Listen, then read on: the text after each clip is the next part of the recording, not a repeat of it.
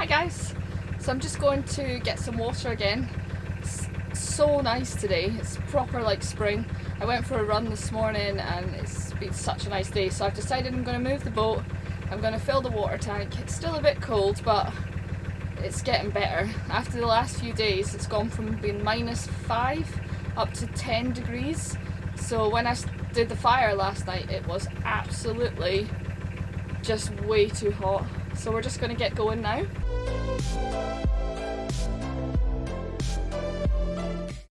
You can see the first snowdrops of the year growing just beside the boat.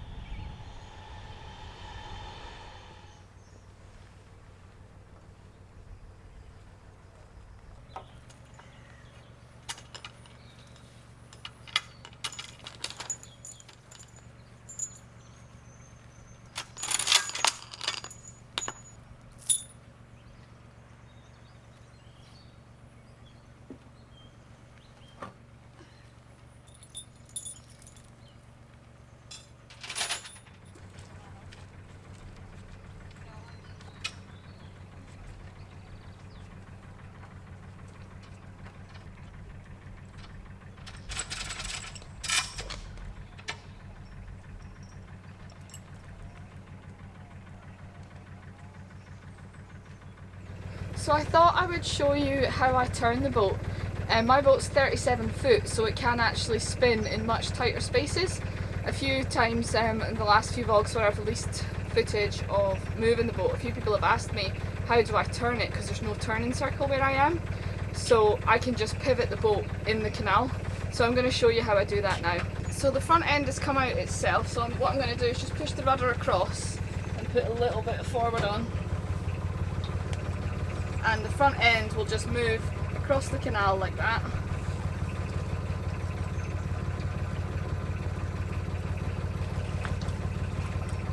Straighten up a little bit.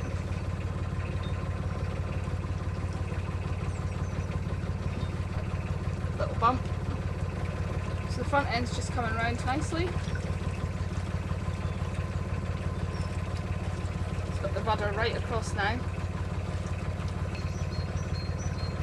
Going to keep that across, make sure the front end doesn't hit the other side of the bank and we get stuck.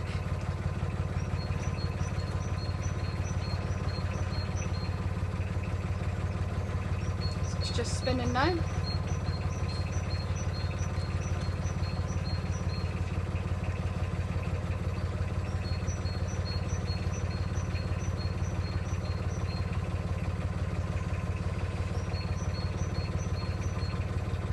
Just let it straighten itself up a little bit and then straighten up the tiller. We're clear of the other boat that was moored in front.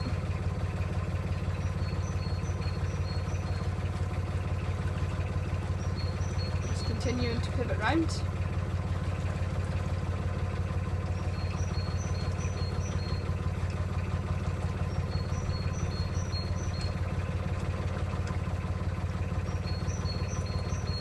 Starting to straighten up a bit now. And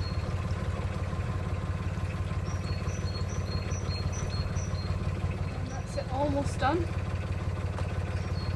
Probably a little bit closer to the side than I normally would like to be, but that's okay. A bit more revs.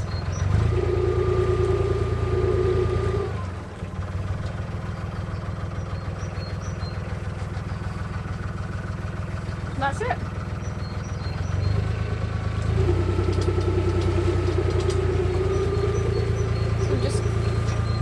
Stay on tick over because there's lots of other moored boats along the right hand side.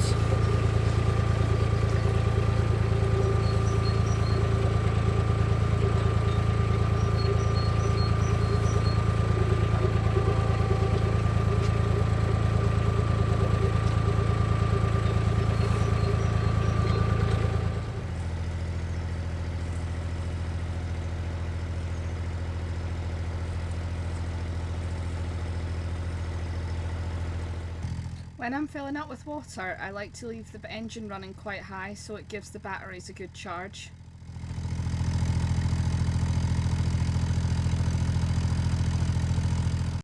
When I'm moored up, I look at the solar panel because the boat's turned the other way, so I can see in this bottom right corner that it needs a bit of a clean.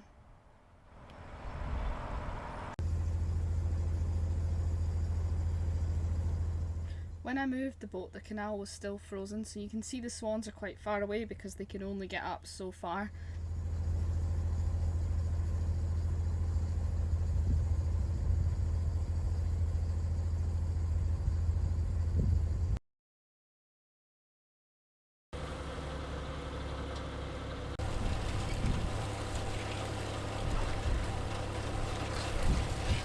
The noise of the ice breaking against the boat is the worst noise.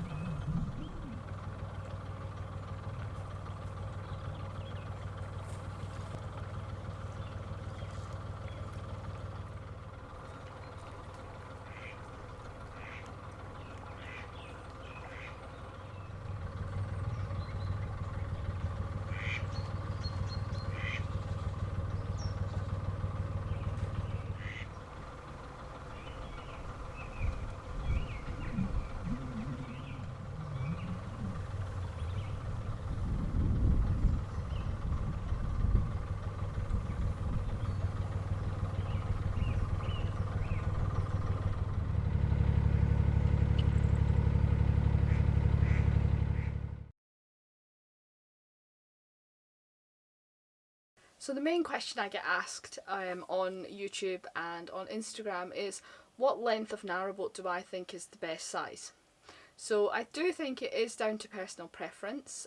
For me personally, my 37-foot boat is totally adequate for me and the dogs. If I was going to live with somebody else, however, I probably would upsize, just because it's more comfortable. It's doable on a 37-foot to live with somebody. I've done it. But I think going forward, I would definitely go for a larger boat. The next question that I get asked is what are the advantages and disadvantages of having a smaller boat versus having a bigger boat? So this one, for me, the main advantage, well there's two actually. The first one is cost. So to keep the boat on the water, for the licensing fees, the mooring fees, the blacking fees and general maintenance, obviously the smaller the boat the cheaper it is. So for me, just being one person, that's a definite big plus. The second big advantage is that I can turn this boat pretty much anywhere, as you've seen from the beginning of the vlog. On larger boats you would have to drive somewhere to get to a turning circle, turn around and then come back, whereas for me I can pivot really easily pretty much anywhere. The disadvantages, I think the main one is space, storage. Yeah, I'd say that's it really, because this boat has a great layout. I'll show you what the layout of this boat looks like, but at the front of the boat we've got the front deck, and then you come in through the saloon. Then we have the galley kitchen, the bathroom and the bedroom.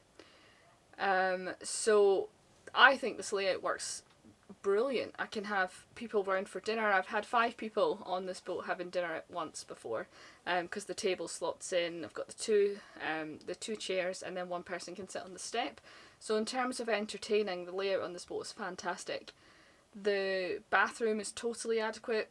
The kitchen, I would say the kitchen is probably, for being totally comfortable, would be a bit small. I would like to have a separate fridge freezer, I would also like to have a washing machine, so my next boat will for sure have those things. The bedroom, you don't really need much space in the bedroom. I guess a separate wardrobe would be nice, but it's not essential for me. I'm trying to think of anything else. Oh, the other thing I think is much nicer in a larger boat that my boat doesn't have is the side hatches. I would love to be able to cook and open the side hatches, and particularly in summer I think that would be nice. So my next boat will also have that.